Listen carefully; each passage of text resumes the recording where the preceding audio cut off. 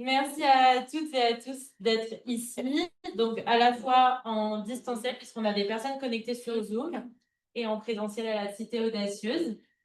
Donc, comme la plupart d'entre vous le savent, sans doute, ceci est la première édition des Mardis de la Clé, de l'édition 2025-2026, parce qu'on n'a pas fait de Mardi de la Clé en septembre. Donc là, c'est la première édition de la saison.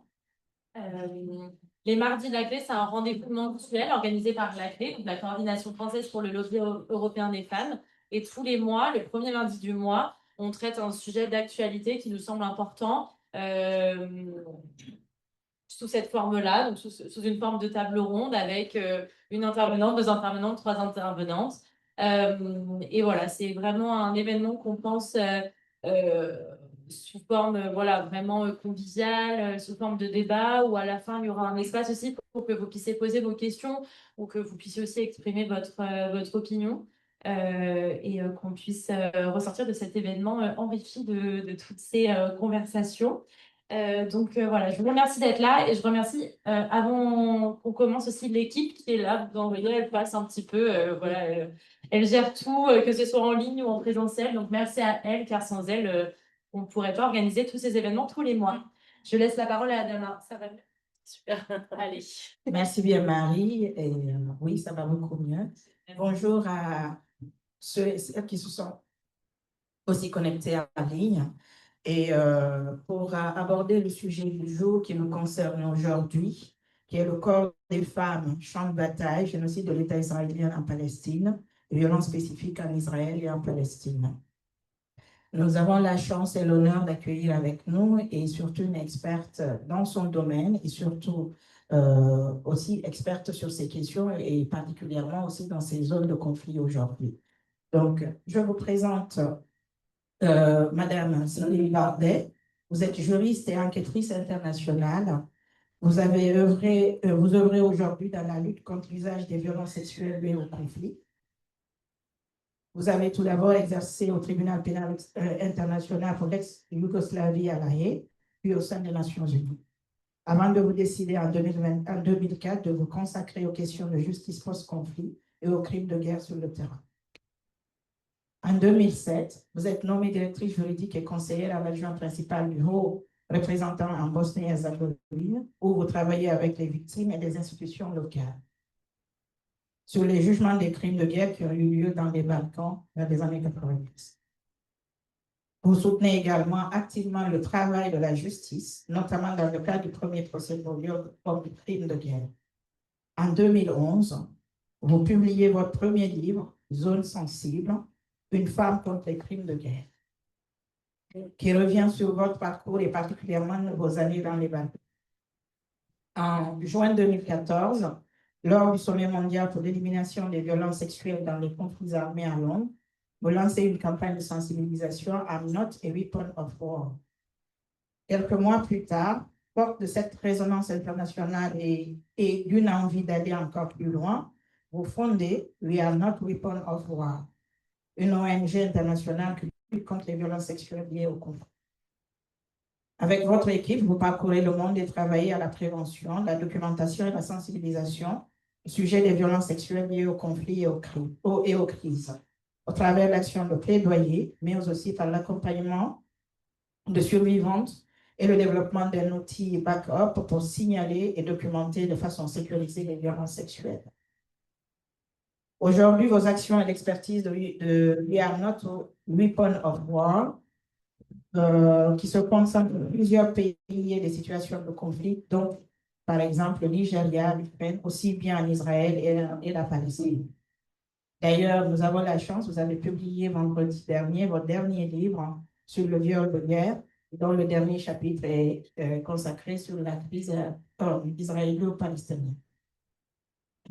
Nous allons parler aujourd'hui spécifiquement de ces deux derniers pays qui font l'objet de notre présentation, qui occupent l'actualité internationale au plus haut niveau, avec le triste anniversaire aujourd'hui, qui marque les 2 ans du massacre du 7 octobre 2023, et qui a déclenché l'offensive d'Israël sur la Palestine, avec des dizaines de milliers de morts, dont 80% des victimes sont civiles et majoritairement des femmes et des enfants, selon le Guardian, avec des données recueillies par des données militaires britanniques.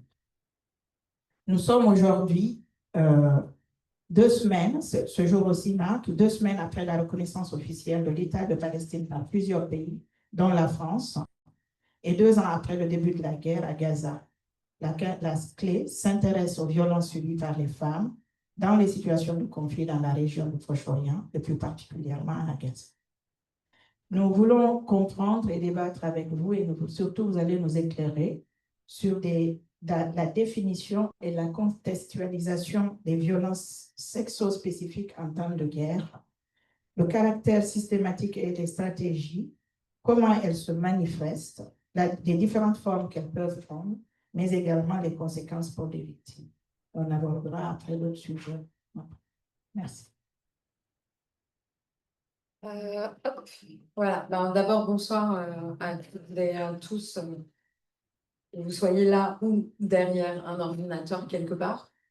Merci aussi pour l'invitation. Je suis ravie d'être ici ce soir. Je suis un peu impressionnée parce que je suis toute seule, donc je me dis oulala. Alors d'abord, sur la question des violences sexuelles liées au conflit en général, déjà le terme juridique reconnu, c'est des violences sexuelles liées au conflit. En droit international, on parle de violences sexuelles. Vous avez entendu souvent l'expression viol de guerre, qui est une expression commune, qui est beaucoup reprise et qui est plutôt facile à dire parce que je pense qu'on comprend, tout le monde comprend ce qu'on veut dire quand on parle de viol de guerre. Mais la qualification juridique, c'est violence sexuelle liée au conflit. Pourquoi et la deuxième chose, parce que j'entends souvent des gens qui pensent que comment expliquer, ça constitue un crime en soi. Ça constitue un crime en soi, bien évidemment, mais en fait, ce qu'il faut comprendre, et rassurez-vous, je ne vais pas vous faire un cours de droit, mais en fait, il faut comprendre qu'il y a 4 grands types de crimes internationaux aujourd'hui qui sont définis dans le statut de la Cour pénale internationale, qui est un peu j'allais dire, la Bible, le Coran ou la Torah du droit international pénal, que sont le crime d'agression, que je laisse un tout petit peu de côté, mais on pourra en reparler, et qui est assez évident à imaginer. Hein. C'est une entité qui envahit la souveraineté d'une autre entité, en l'occurrence d'État. Je dis juste une chose là-dessus, c'est que par exemple l'Ukraine aujourd'hui, pour l'Ukraine, c'est extrêmement important que l'invasion à grande échelle de 2022 par la Fédération russe soit qualifiée d'agression. Et comme ça ne peut pas être fait devant la Cour pénale internationale parce que l'Ukraine n'avait pas ratifié la Cour au moment où le conflit a commencé, c'est pour ça qu'il y a eu une création en cours d'un tribunal au sein de l'Union européenne pour juger spécifiquement de ce crime. Je vous laisse de côté, on pourra revenir si vous voulez. Mais il y a ensuite le crime de génocide, le crime contre l'humanité, le crime de guerre. Et pourquoi je vous dis tout ça, c'est pas du tout pour faire un cours, mais c'est parce que ces crimes-là, en fait, ce qu'il faut comprendre, c'est que ces crimes-là, ils sont composés d'éléments. Et un des éléments de ces crimes, ça peut être les violences sexuelles liées au conflit. Au même titre que, alors je ne vais pas vous faire la liste, hein, parce que sinon on ne s'en sort pas, mais malheureusement d'ailleurs, mais voilà, ça peut être meurtre, pillage, torture, et il y a la question des viols. Les viols, aujourd'hui, ils ont été qualifiés par la justice pénale internationale comme éléments constitutifs de génocide, s'agissant du Rwanda. Et c'est assez intéressant, c'est une décision unique et à ce jour, il n'y en a pas d'autres pour l'instant et il y en aura peut-être d'autres à venir, malheureusement aussi. Mais là, ça veut dire qu'on est dans une situation où les violences sexuelles, on considère que les violences sexuelles deviennent part entière d'une politique d'extermination d'une population.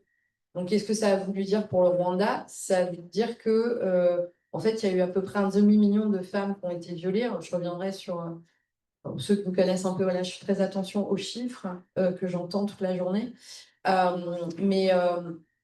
Et c'est des femmes souvent qu'on a tuées ensuite. C'est-à-dire qu'on a violé d'abord et on les a tuées ensuite. Et c'est là où on rentre dans l'intention exterminatrice qui peut relever du qualificatif de génocide. Je pense qu'on reviendra sûrement là-dessus. sur cette question du génocide, qui est un mot qui est beaucoup employé aujourd'hui. Et en plus, au Rwanda, il y a une autre politique assez particulière, assez singulière, c'est qu'il y a eu aussi l'inoculation, ça se dit, je crois, du VIH. Donc, c'est-à-dire qu'on envoyait des hommes qui étaient porteurs du VIH pour violer des femmes. Et donc là aussi, on a considéré qu'il y avait une portée exterminatrice. Pourquoi? Parce que en fait, les femmes n'étaient pas nécessairement tuées, sauf qu'en fait, elles mouraient quelques années après des effets du développement du sida, par exemple, à une époque en plus où il n'y avait pas forcément autant de traitement de cette maladie. Donc le Rwanda, c'est le seul cas comme ça. Donc, les violences sexuelles, elles peuvent être un élément constitutif de génocide, elles peuvent être qualifiées de génocide. La plupart du temps, les violences sexuelles aujourd'hui, elles sont qualifiées de crimes contre l'humanité. Elles peuvent être un élément de crime contre l'humanité.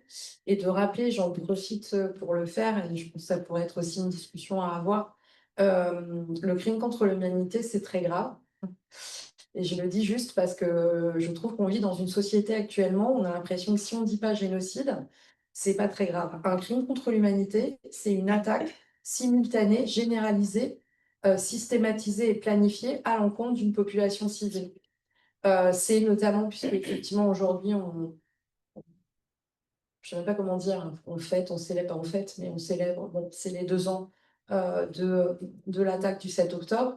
Le 7 octobre est constitutif d'un crime contre l'humanité, parce que c'est une attaque qui a été systématisée à travers 29 entrées, qui a été planifiée et qui a été à visée civile, principalement.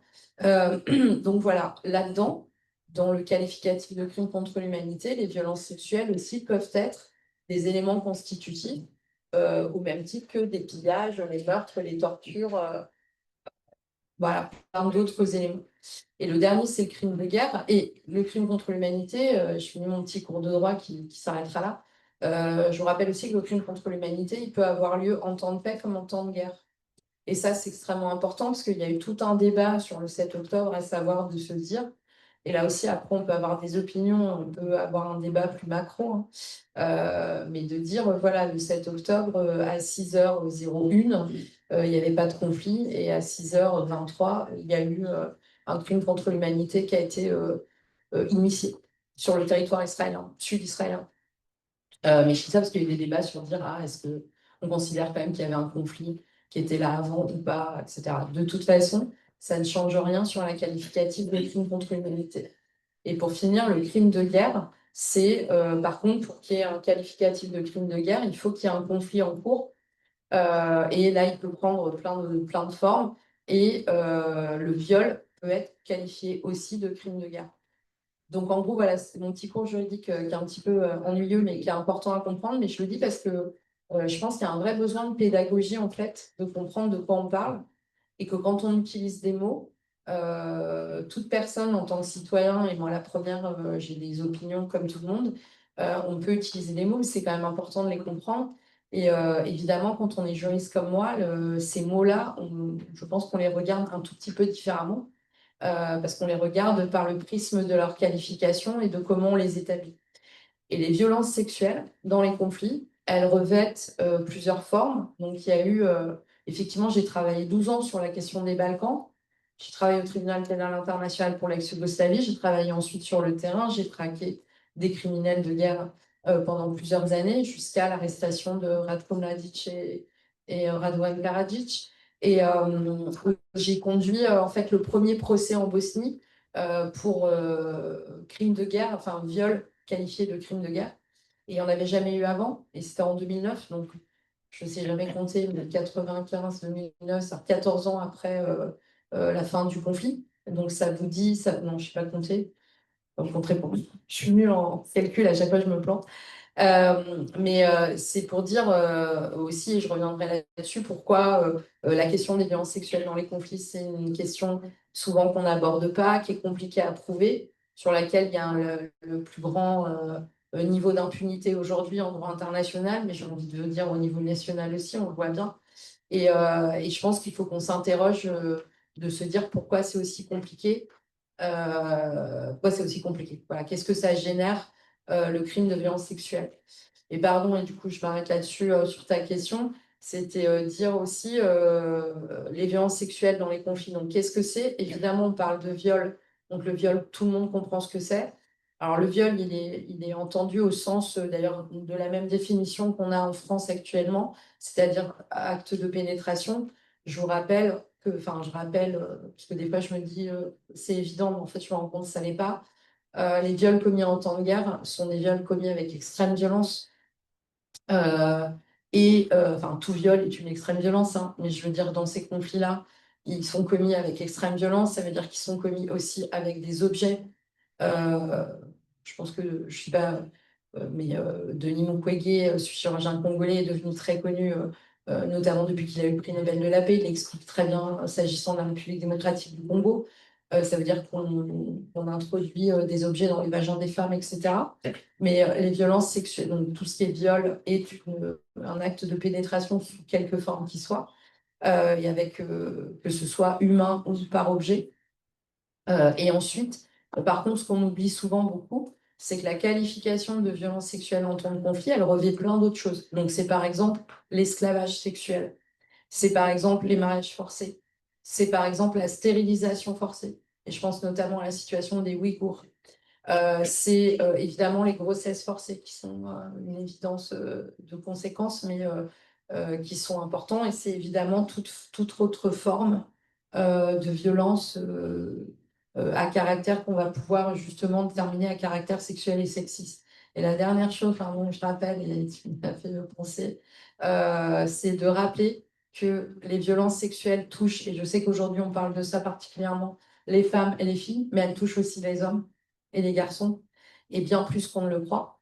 Et en Ukraine, nous, on a mis beaucoup de temps parce qu'on travaille en Ukraine, et on a essayé de faire remonter ça, et c'était intéressant de voir qu'il y avait une espèce de... Ça n'intéressait personne parce que les unes de médias s'intéressaient au viol des femmes qui ont eu lieu au début du conflit en Ukraine, en tout cas de manière assez importante au début du conflit de l'Ukraine. Aujourd'hui, la majorité des violences sexuelles qui sont commises en Ukraine ne sont à l'encontre d'hommes. Les dossiers devant le bureau du procureur, en majorité, sont des viols qui concernent les hommes. Il y a eu une espèce de bascule, et je la remercie tellement grâce à Ariane Chemin, cette journaliste du Monde qui suit notre travail et qui a fait un article dans le Monde qui a eu beaucoup d'impact. Euh, c'est pour ça, faites attention aussi aux...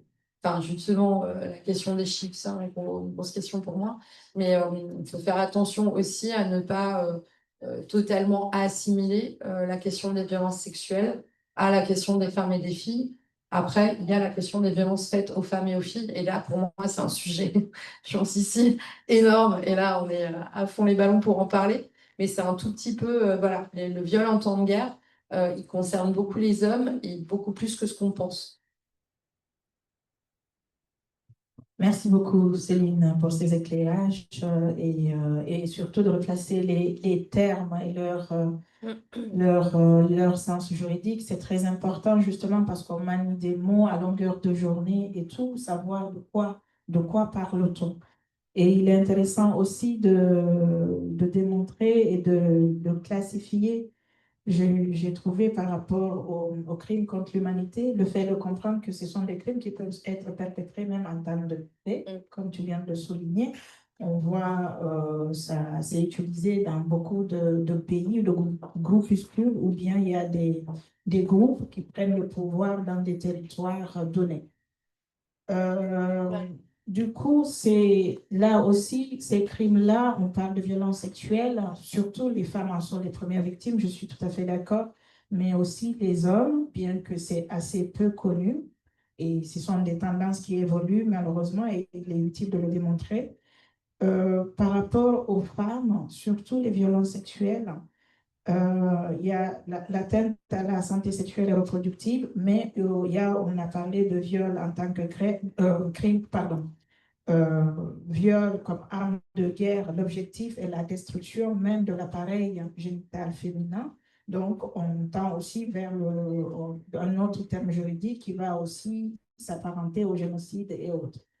Et du coup, là, moi, je voudrais parler aussi de la prostitution qui peut être aussi l'une des conséquences de ces conflits, comment les femmes en sont exposées et pourquoi, mais aussi le manque ou bien l'entrave à la santé sexuelle et reproductive dans ces pays. Alors, euh, moi, mon travail, c'est de travailler sur les crimes internationaux, donc je ne peux pas aller sur des sujets qui ne sont pas les miens. Je rappelle juste qu'effectivement, le viol de guerre, il a des objectifs qui sont souvent contextualisés, c'est-à-dire que ça peut être un objectif de terreur qui sont utilisés par des groupes terroristes, par exemple, ou par les gangs, par exemple, je pense à Haïti ou au Venezuela. Ça peut être un outil de nettoyage ethnique, comme ça a été le cas dans les Balkans. Ça peut être un outil de génocide, comme c'est le cas au Rwanda, en tout cas, tel que ça a vraiment été établi par le Rwanda. Et après, effectivement, et je redis je le dis tout le temps, mais voilà, il n'y a pas d'études mondiales sur la question des violences sexuelles dans les conflits. Nous, ça fait des années qu'on demande à être financé pour le faire. Voilà, pour l'instant, on n'y arrive pas. Et ça, je trouve que ça dit beaucoup de choses, parce que ça dit aussi que ce n'est pas un sujet forcément qui intéresse les gens. Et moi, en tout cas, qui est considéré comme une priorité par je vais dire, les decision makers, mais voilà, les États ou les organisations. Alors que, il y a une question des chiffres, parce qu'il y a plein de chiffres qui partent. On dit qu'il y a 6 millions de femmes qui ont été violées en République démocratique du Congo. Je ne sais même pas d'où sortent ces chiffres, en fait. Je ne dis pas qu'ils sont exacts ou pas exacts. Je dis qu'ils sortent de nulle part, en fait. Donc tout ça, c'est assez, ça peut être compliqué parce qu'aujourd'hui, on vit dans une ère aussi où on partage une information comme ça sans se poser plus de questions. Mais je rappelle aussi que, donc là, je fais le lien avec ce que tu viens de dire, c'est-à-dire que il y a le viol, et d'ailleurs c'est valable au niveau national aussi, quelque part, enfin même pas quelque part, totalement, le viol, c'est une prise de pouvoir sur l'autre, premièrement. Donc moi, je dis tout le temps, il faut désexualiser le viol, en fait, parce que ça n'a rien à voir avec le sexe, en fait. Enfin, je sais pas comment dire ça, mais enfin, voilà, ça n'a rien à voir avec ça. C'est une prise de pouvoir et c'est un outil d'humiliation et d'annihilation. Et effectivement, si on rentre dans les conflits, qui devient un outil d'annihilation à grande échelle. Donc, effectivement, il y a des contextes dans lesquels je pense notamment à la République démocratique du Congo, mais aussi en Centrafrique, où on va détruire sciemment l'appareil génital des femmes avec une volonté justement qu'elles ne puissent plus avoir d'enfants, par exemple. Et en plus, dans des cultures et des contextes où le fait d'avoir des enfants, etc., il faut voir derrière, il y a aussi qui a une importance sociale qui vous place dans la société. Donc, c'est pas anodin tout ça. C'est pas en Ukraine aussi. Il y a beaucoup surtout au début de l'invasion à grande échelle, en fait, il y a eu des Ukrainiennes survivantes qui ont raconté, qu'on leur a dit voilà ce que je fais à l'Ukraine, tu n'auras plus d'enfants, etc. Donc, il y a ces volontés-là, effectivement. Et je pense on en parlera après, mais il y a un vrai. Il faut bien comprendre en fait que c'est une vraie stratégie, que c'est rarement des incidents isolés. Effectivement, nous, on a développé un outil digital, je vais revenir là-dessus parce que ce n'est pas l'objet de ce soir, mais par exemple, on voit très bien que dès qu'on a une alerte en fait, sur un endroit, on n'a jamais une alerte en fait. On a une alerte, on a un témoignage, puis après on en a 2, 3, 4, 5, 6, 7, 8, 10, 15, 20. Quand il y a, c'est ça, et je reviens à la notion de crime contre l'humanité ou crime de guerre, quand il y a une attaque n'importe où dans le monde, c'est très rare que ça soit quelque chose d'isolé, ça n'est jamais quelque chose d'isolé.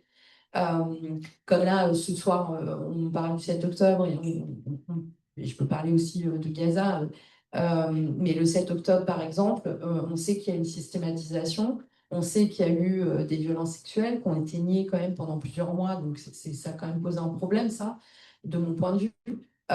Mais on sait aussi que ce n'était pas nécessairement massif, mais ça a été systématisé. Et l'autre chose, nous, on va sortir un rapport, on a pris beaucoup notre temps parce qu'on a voulu que ça... vous savez, c'est un sujet un peu... le conflit israélo-palestinien, il génère des débats extrêmement violents et très fragmentés. Mais il y a aussi, par exemple, une définition qui n'existe pas juridiquement et sur laquelle moi j'aimerais travailler. Elle avait été évoquée pendant le Rwanda, parce que j'ai travaillé aussi avec le tribunal pénal international pour le Rwanda. C'est les violences sexuelles ou à caractère à caractère sexiste sur les corps. Et par exemple, le 7 octobre, il y a eu ça. Il y a eu des mutilations sexuelles où on a mis le feu au corps des femmes en partant de leur appareil génital. On a émasculé certains hommes aussi. Ça s'est passé au Rwanda aussi. Et en fait, au Rwanda, au tribunal, à un moment, il y a eu une discussion autour de ça parce que, et pardon, j'ai oublié comme ça la définition exacte, mais en fait, mutiler un corps mort, enfin, une personne morte, c'est une atteinte à la dignité, etc. Je ne sais plus, d'ailleurs, en droit pénal français aussi, il y a. Mais sauf qu'en fait, il n'y a pas de spécification. Et il y avait une juge, enfin, moi, je trouvais ça génial, en fait, en 80, enfin, au début du TPIR, il y a une des juges, je ne sais plus dans quelle affaire c'était, peu importe, mais qui a dit, mais en fait, quand même, ça sera important qu'on réfléchisse à pouvoir préciser quand il s'agit de violences à caractère sexiste et à caractère sexuel sur des corps post-mortem. Et j'ai trouvé ça hyper intéressant. Et à la fin, ils ne se sont pas mis d'accord. Donc, ça a fait l'objet d'une opinion dissidente, mais ça n'a jamais été mis dans le jugement. Mais je trouve que c'est une question très intéressante. Et sur Israël, elle s'est posée aussi. Parce que pour le coup, et là, on reviendra peut-être là-dessus, mais juste en 3 phrases, moi, je travaille, on enquête sur le 7 octobre. On s'est alerté tout de suite quand il y a eu cette vidéo de Shani Look dans son camion. Et là, nous, on a compris qu'il y avait quelque chose qui se passait, mais comme on fait dans n'importe quelle situation par ailleurs. Par exemple, il y a eu beaucoup de difficultés. C'est très compliqué de comprendre ce qui s'est passé le 7 octobre pour plein de raisons. Je pourrais vous les expliquer, ça vous intéresse. Mais donc, combien il y a eu de viols, etc. Tout n'est pas très, très clair. En revanche, par exemple, il y a des éléments très, très tangibles des exactions commises post-mortem sur les corps. Et ça, c'est intéressant, enfin, pardon de l'expression, mais voilà. Et je trouve que c'est quelque chose moi, je trouve qu'il mériterait à être développé en qualification de droit international, mais même d'ailleurs en droit national, parce que je pense que quand on mutile un corps, on peut malheureusement, on peut le faire de plein de manières, pardon de ça, mais je pense que ça n'est pas la même chose quand on mutile un corps, pour le principe de mutiler un corps, et quand on mutile un corps avec un caractère sexuel ou sexiste, notamment le corps des femmes. Je pense que ça, c'est quelque chose auquel il faudrait réfléchir, peut-être d'ouvrir un cadre juridique. Donc, je vous ferme ma parenthèse. Et sur la prostitution et tout ça, en fait, la question qui se passe, c'est que moi, je dis toujours, le viol de guerre, c'est une arme à déflagration multiple. J'explique toujours que c'est pas plus grave ou moins grave qu'autre chose. Moi, je passe beaucoup, je sais pas pour ceux qui me connaissent ou pas, mais je passe beaucoup de temps sur le terrain. Je fais plus de 90 pays. Dans 2 semaines, je repars au nord du Nigeria avec les survivantes de Boko Haram. Je connais très bien le terrain. Euh, je veux dire, c'est pas plus horrible. Il n'y a pas de gradation, en fait, voilà, dans la douleur quand on subit un viol, quand on est torturé ou je ne sais quoi, ou quand on voit sa mère tuée devant soi ou je ne sais quoi. La douleur, il n'y a pas de gradation de douleur. Donc, moi, j'aime pas ces gradations-là. C'est pas ça la question. En revanche, ce que j'explique, c'est que la violence sexuelle, elle a une singularité. Elle génère un trauma qui est particulier. Et ça, encore une fois, c'est valable en droit commun aussi. Elle génère un trauma qui est particulier. Dans les conflits, elle est souvent commise en public, ou quand je dis en public, c'est devant les familles, devant le mari. En Libye, on sortait les femmes, on les violait dans la rue en 2011. C'est des choses comme ça, je vous épargne les détails horribles. Mais tout ça, ça a un but aussi d'humiliation, de montrer à l'autre, quand il s'agit des femmes, au mari qui n'a pas pu protéger sa femme. On filme, c'est ce qui s'est passé le 7 octobre, et ce qui est passé ailleurs aussi. On va filmer. Et tout ça, c'est pas anodin. Donc, les conséquences, elles sont non seulement sur la victime, mais elles sont aussi sur l'entourage de la victime, sur les communautés, quand on est dans des communautés très traditionnelles en particulier, mais pas que, partout. On sait qu'il y a la honte, on sait qu'il y a le tabou. Pour ceux qui me connaissent aussi, par exemple, ça m'insupporte d'entendre le silence des victimes, je sais pas, non, il n'y a pas de silence des victimes, ça c'est pas vrai. Il y a une difficulté de parler de ça, et en fait, il y a un cadre pour le faire, tout simplement. Quand on vient et quand on est attentif et qu'on crée un cadre et qu'on prend le temps et qu'on crée un cadre de confiance et de sécurité, croyez-moi que les personnes, elles parlent pas. Moi, j'ai jamais eu un seul problème d'entendre une victime m'expliquer ce qui lui était arrivé. La question, c'est comment on le fait. Voilà. Et du coup, pardon, je finis là-dessus. Ce que tu disais, c'est qu'en fait, il y a après des conséquences qui font qu'il il y a des stigmatisations. Il y a la question des flux migratoires aussi, le long desquels la violence sexuelle est quasiment systématique, sur lesquels on travaille très peu. D'ailleurs, il y a très peu de choses qui sont dites à ce propos-là, et qui sont des victimes qui arrivent, en plus celles qui il y a aussi celles qui, j'allais dire, cumulent, c'est-à-dire quittent leur pays parce qu'elles ont vécu des violences sexuelles dans leur pays, prennent la route migratoire et sont victimes de viols sur cette route-là, arrivent sur les territoires européens, sont vulnérables, donc soit se retrouvent dans des trafics, dans la traite, etc., ou vont être l'objet de nouvelles violences parce qu'elles envoient des signaux, je suis vulnérable, quoi. Et que, évidemment, les prédateurs, croyez-moi que ça, ils savent les reconnaître très rapidement. Et parfois, elles vont rentrer dans la prostitution aussi, mais même volontairement. Mais en fait, parce qu'elles n'ont pas d'autres moyens, parce qu'elles ne sont pas prises en charge et que le seul moyen, entre guillemets, qu'elles aient de survivre, c'est celui-là. Donc, en fait, c'est un parcours de violence, j'ai envie de dire, du début jusqu'à la fin. Donc, ça aussi, c'est des conséquences directes de la singularité de ce type de violence. Je réponds tout à fait, mais bon. Merci. Merci beaucoup, merci. C'est vraiment assez clair pour ces précisions et ces anecdotes. Oui, je n'ai pas précisé au départ.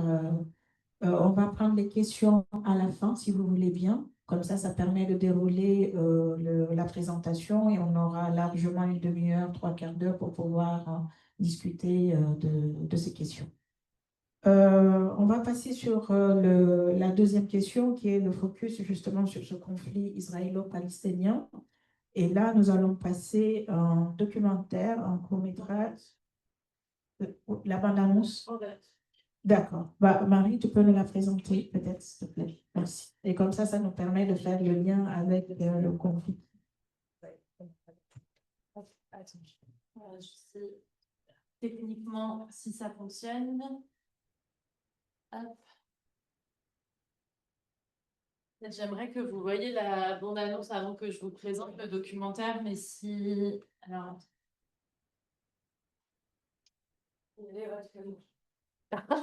J'adore. C'est bon. Il y a les radicalement.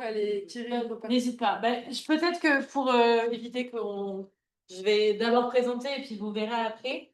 Le documentaire dont vous voulez présenter la bande-annonce, c'est un documentaire qui s'appelle Precious Soul on Your Hand and Walk. Donc en français, c'est Mets ton âme sur ta main et marche. Peut-être que vous en avez entendu parler. Ouais, il est diffusé, pas dans beaucoup de cinémas à Paris d'ailleurs, je suis un petit peu étonnée, mais en tout cas, si vous voulez le voir, si j'en fais bien la communication, normalement, vous aurez envie de le voir après. Et il est diffusé juste au cinéma des Trois Luxembourg en face de la Cité Audacieuse. Donc, je vous invite vraiment à le voir. On va vous montrer la bande-annonce après pour que vous puissiez aussi avoir un aperçu. Mais donc, le documentaire, c'est un documentaire d'une réalisatrice iranienne qui s'appelle Sepideh Farsi. Sepideh Farsi, elle a entretenu une relation en vidéo, enfin, l'équivalent d'une conversation vidéo avec une jeune femme de 24 ans qui s'appelle Fatma, qui était photographe à Gaza.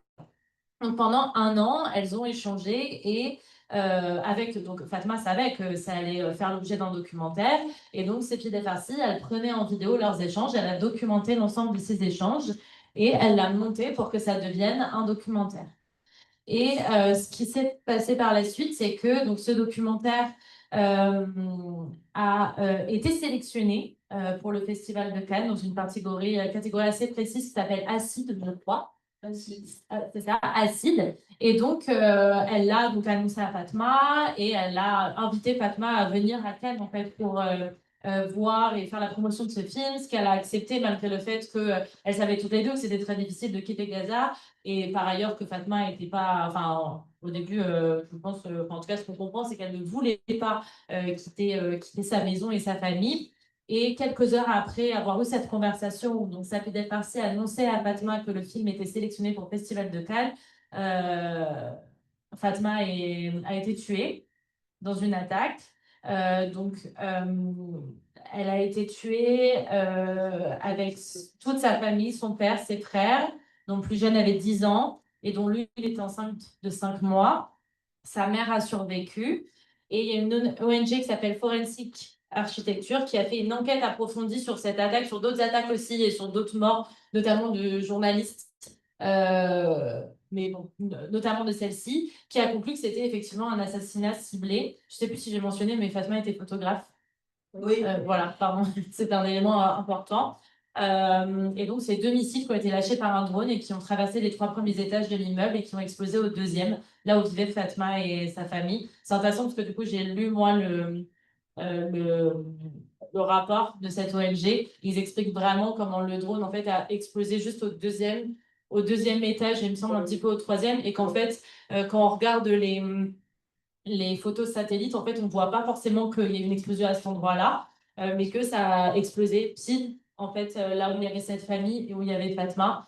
Et aussi, ses activités en tant que photographe laissent à penser effectivement que c'est une attaque ciblée.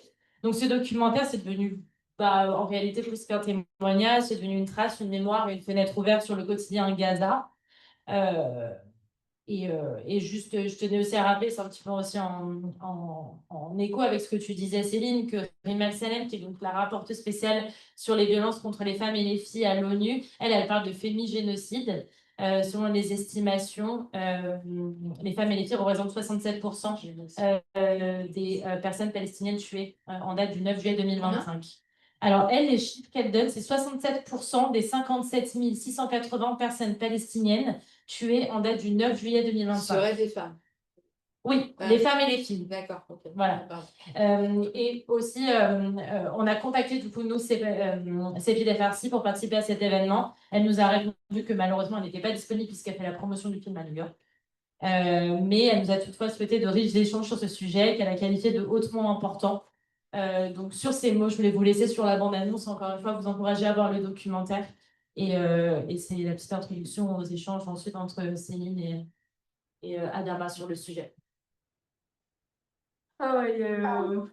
I'm so happy to see you. Where are you now? Plaza. This is my neighborhood. No one live here or here or here. I decided to go to Cairo in order to cross through Rafah, but I couldn't because all the roads to Gaza were blocked. Instead, I started filming Palestinian refugees who were just arriving from Gaza. Through one of them, I came to know Fatem. How old are you? I'm 20. I am photographer. I saw your photos.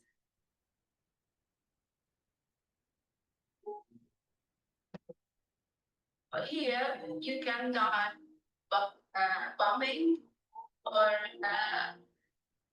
fear, starvation. Each of our conversations could be the last one. So every time we connect and I can see her face, it feels like a miracle. My biggest dream. So I have 1 chicken and 1 chocolate. If you are here in my bush, you will hear the sound of airplanes. Every second you walk the street, you will put your phone on your hands and walk.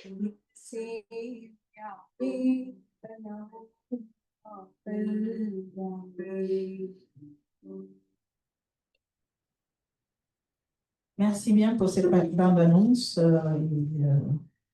C'est une recette de famille. La signature. Donc la signature. Voilà, ça nous permet de faire une transition justement sur ce conflit israélo-palestinien. On a bien noté que ce conflit et surtout l'invasion d'Israël en Palestine a commencé avec le triste massacre quand même de civils en Israël, mais aujourd'hui, on va parler surtout de l'objectif poursuivi, mais aussi peut-être la proportionnalité. Non, ça, c'est après.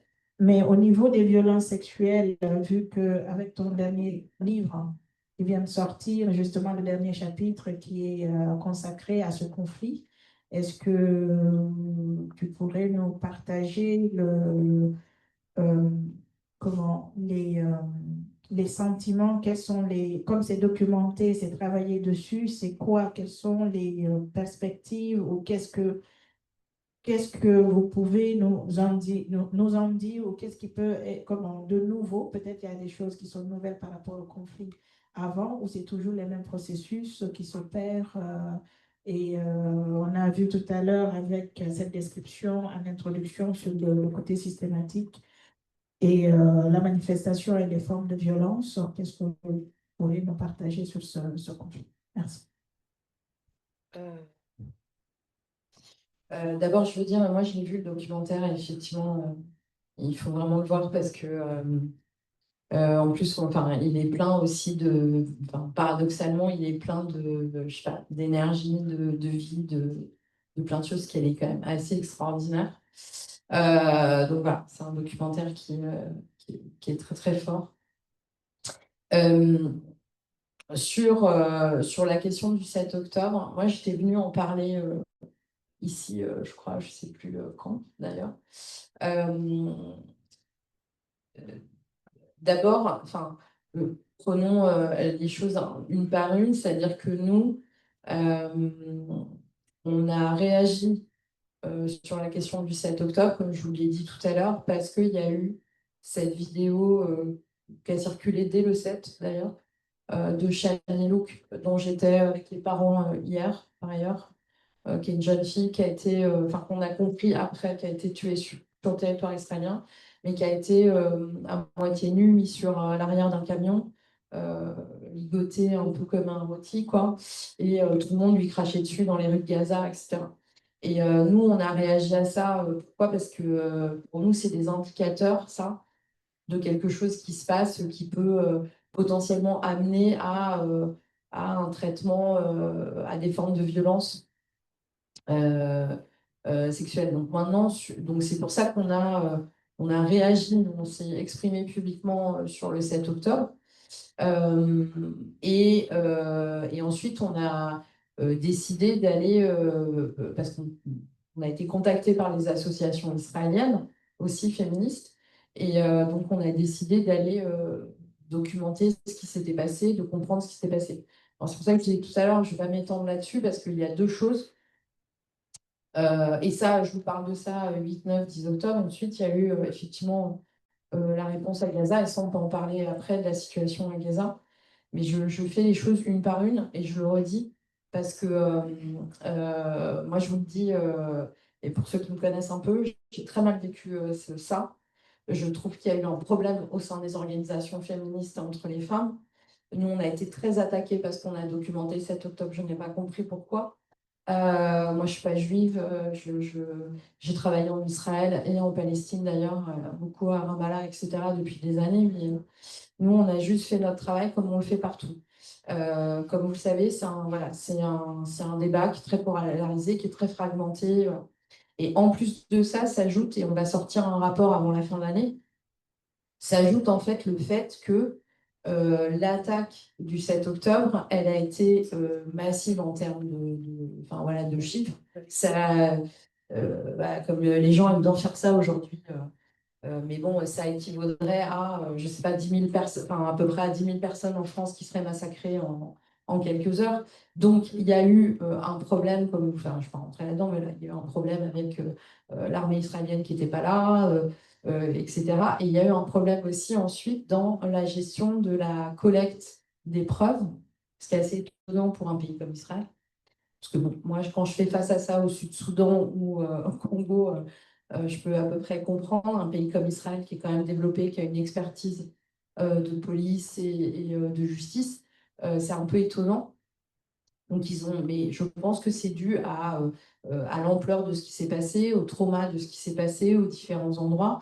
En ce moment, il y a un documentaire qui est visible sur France Télévisions qui s'appelle Les Guetteuses, par ailleurs, moi, j'ai un peu peur tout le temps de documentaires sur 6 octobre, pour être très honnête, parce que je les trouve très voilà, discutables. Là, franchement, c'est un documentaire qui est très bien fait, qui est l'histoire de ces filles soldats qui étaient observatrices, puisqu'on parle des femmes, qui ont alerté qu'il se passait quelque chose et qui n'ont pas été entendues, et qui ont fini, enfin voilà, j'y suis allée à Rose, qui étaient des filles qui avaient 20 ans, quoi, et qui ont, il y en a très peu qui ont survécu, et il y en a 7 qui ont été prises en otage à Gaza et qui ont été libérées.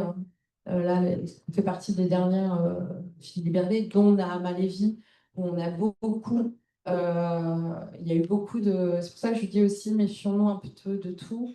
Il y a eu beaucoup, par exemple, vous savez, je ne sais pas si vous souvenez, mais on la voit en jogging, elle a les jogging tachés. Voilà.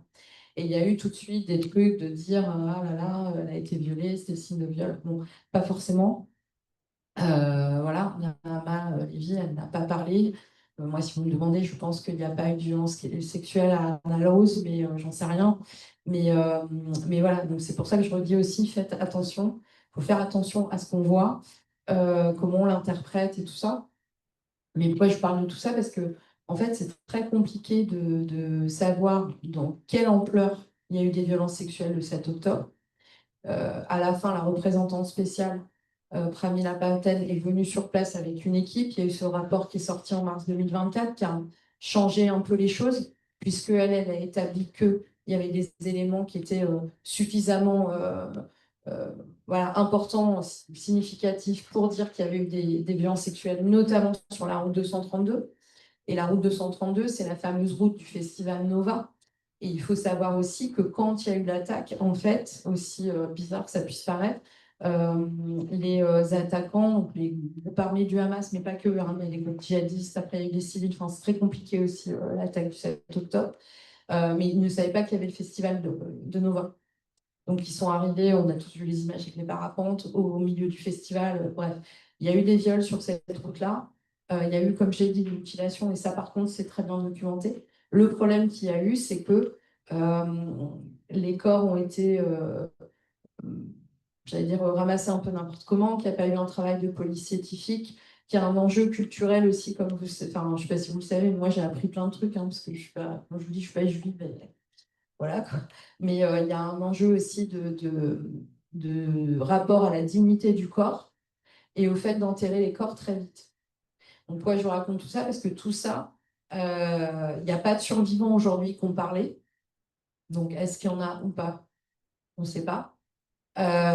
Et sachant que la société israélienne, contrairement à ce qu'on pourrait penser, enfin, quand on va, je ne sais pas si vous savez, ceux qui sont allés à Tel Aviv, enfin, voilà, c'est hyper libéral, notamment Israël donne le statut de réfugié à tous les Palestiniens qui ont une orientation sexuelle, qui sont euh, persécutés en Palestine pour ces raisons-là, etc. Machin.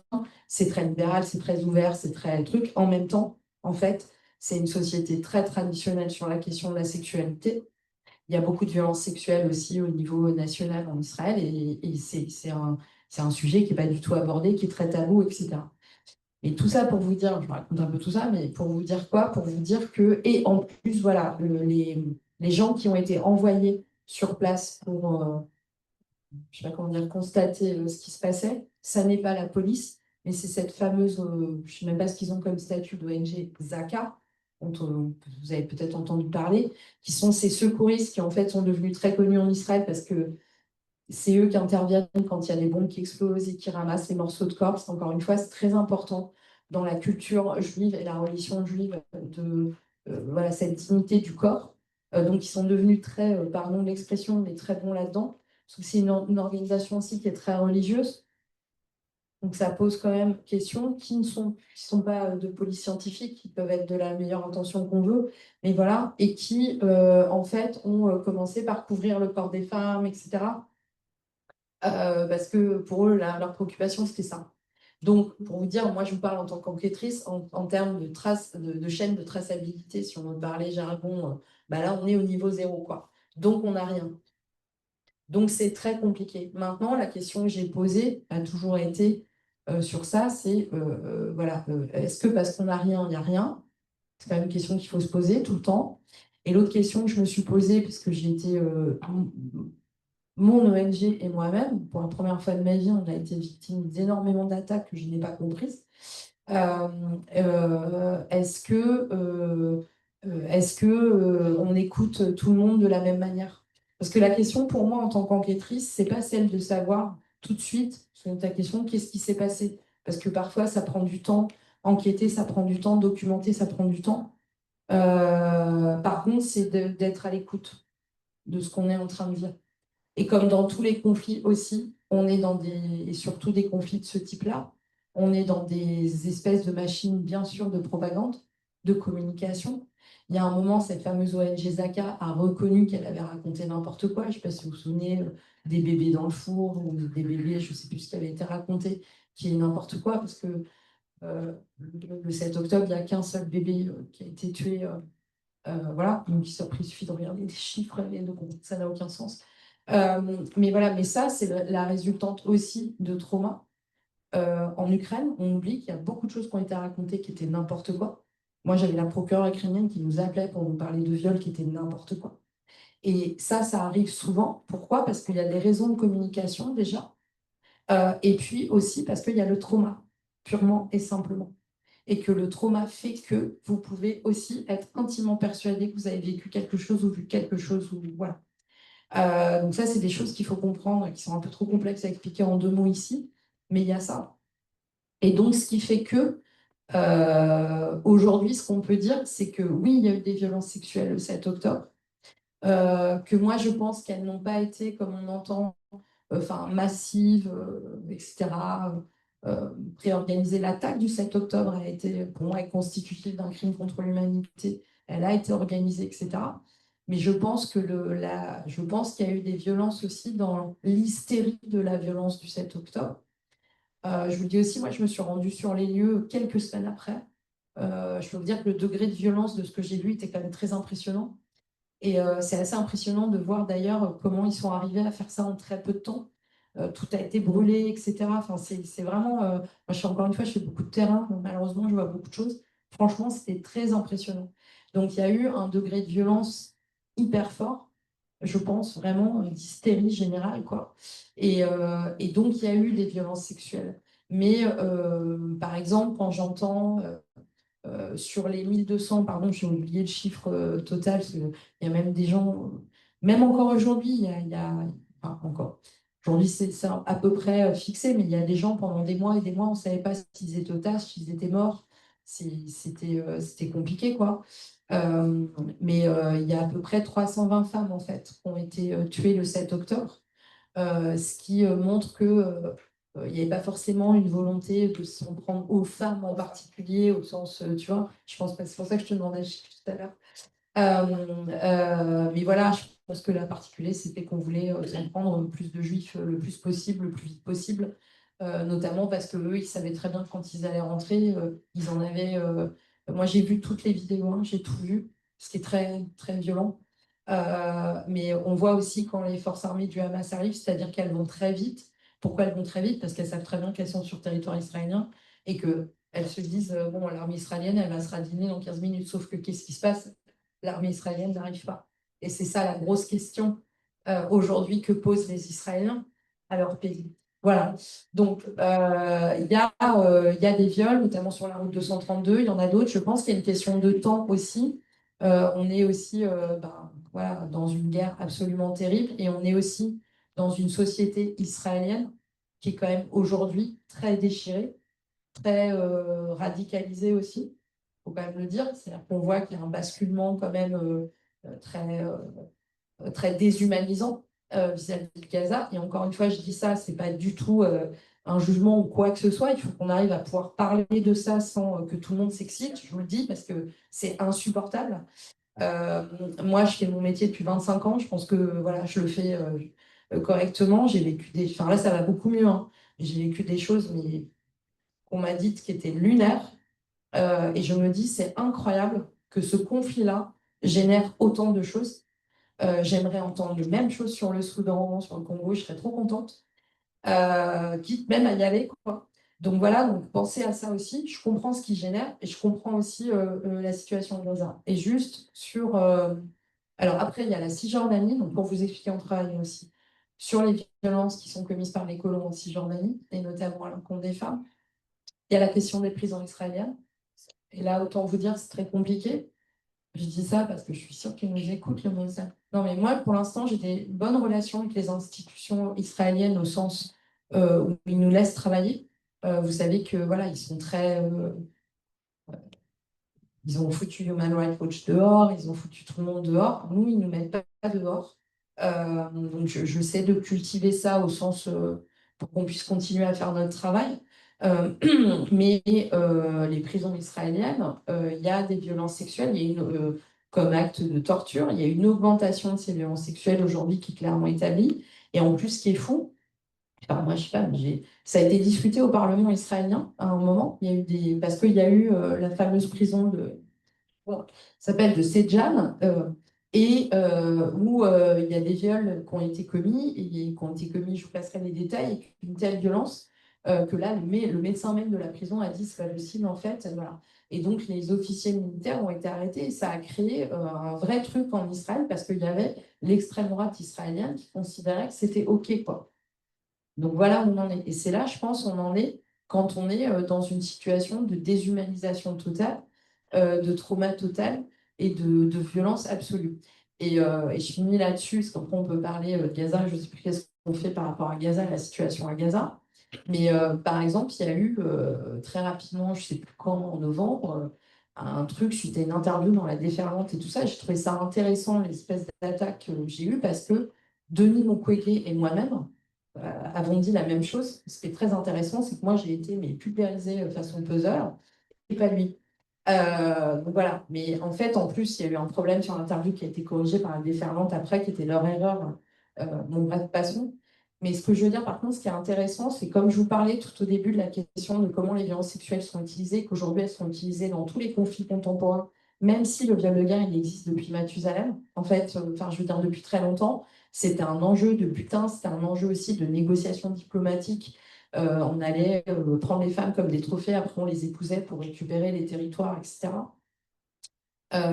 Mais la polémique qu'il y a eu, c'est parce que le seul, et ça c'est un fait, donc quand on dit ça, on n'est pas en train de... Mais le seul conflit, en gros, qui n'a jamais, enfin, qui, au cours duquel, et toujours aujourd'hui d'ailleurs, enfin, n'utilise pas le viol de guerre, mais comme stratégie, je veux dire, de non, c'est le conflit israélo-palestinien.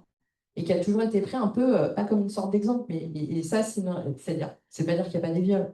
Ça ne veut pas dire non plus que, après, on m'a fait dire que j'étais en train de dire que l'armée israélienne était hyper morale, je sais pas quoi.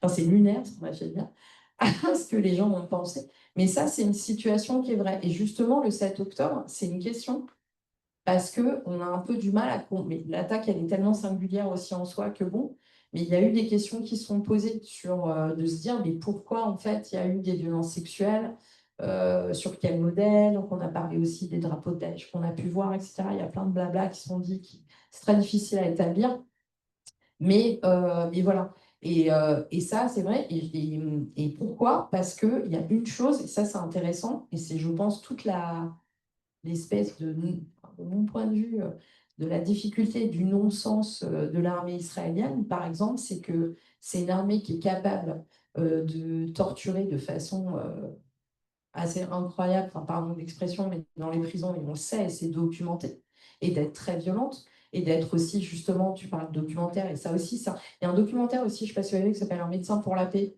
à propos d'un médecin palestinien qui est le premier à avoir travaillé en Israël, et qui a été ciblé aussi, tu vois, de la même manière. C'est-à-dire que Israël, il ne faut quand même pas oublier que c'est un pays qui est capable d'aller te buter un mec, genre nickel chrome au milieu de tout ça. Donc, bien sûr que rien n'est fait quand même par hasard, et qui est une armée qui peut être et poussée à être très violente.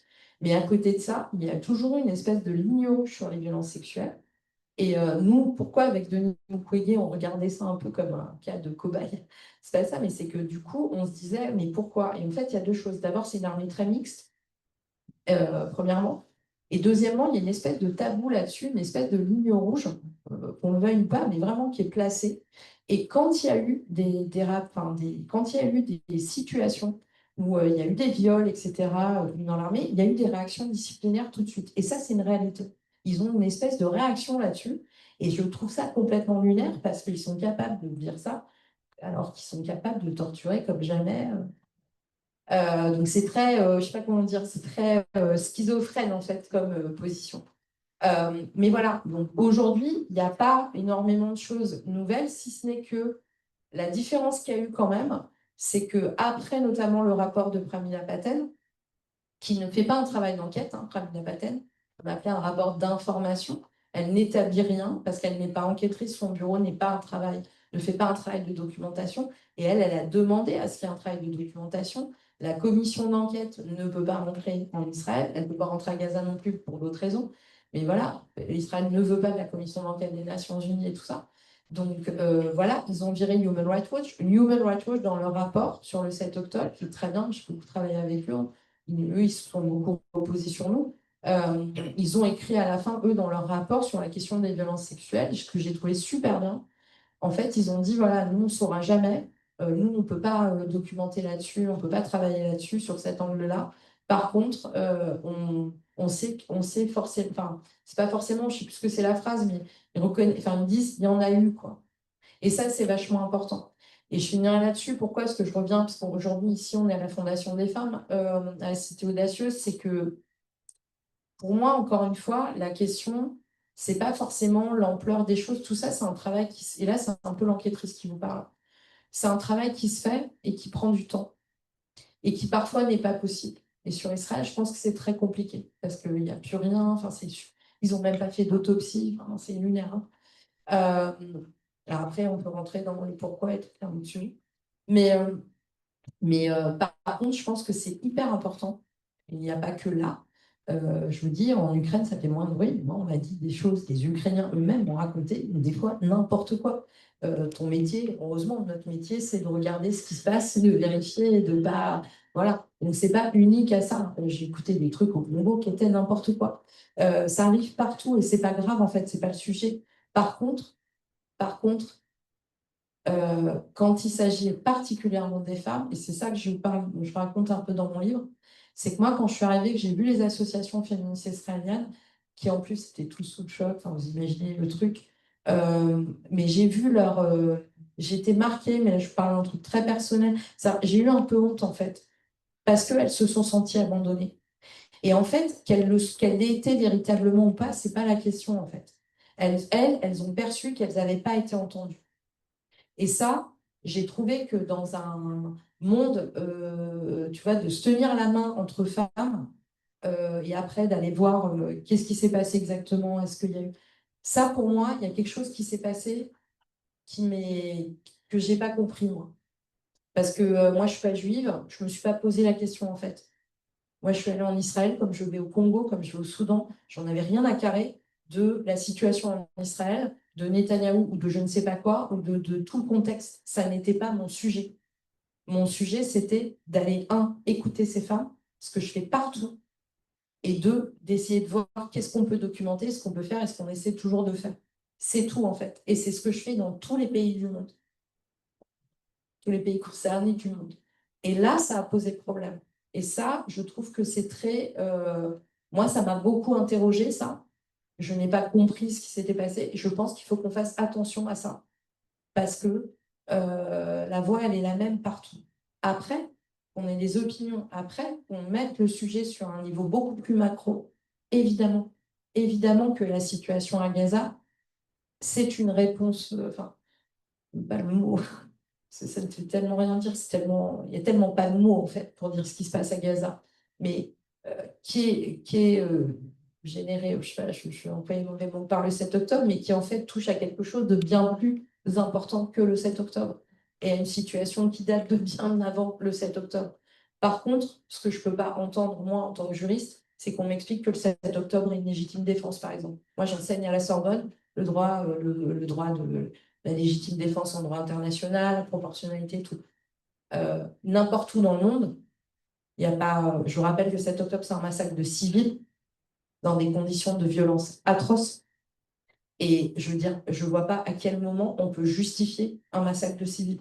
Il n'y a rien qui justifie un massacre de civils, et c'est la violation même, parce qu'on n'a pas encore prononcé ce mot, parce que tu en parlais toi-même, du droit international humanitaire. Donc partout, donc évidemment à Gaza aussi, mais je veux dire au 7 octobre aussi. On peut pas. Moi, j'ai des gens dans mes cours, hein, ou j'ai des gens aussi dans des organisations qui m'ont expliqué par A plus B que le 7 octobre, c'était une légitime défense de tout ce qui était vécu avant. Je peux entendre, je ne sais pas comment vous expliquer, je peux entendre le raisonnement, je ne sais pas comment dire, mais je ne peux pas accepter d'entendre ça. Et c'est là où je pense qu'on crée quelque chose qui est très dangereux. Et moi, c'est un souci que j'ai aujourd'hui, parce que ce qui s'est passé le 7 octobre avec la question des viols, il y a eu des viols, pas des viols, tadada, je me suis dit, mais purée, on vient de reculer de 50 ans, quoi.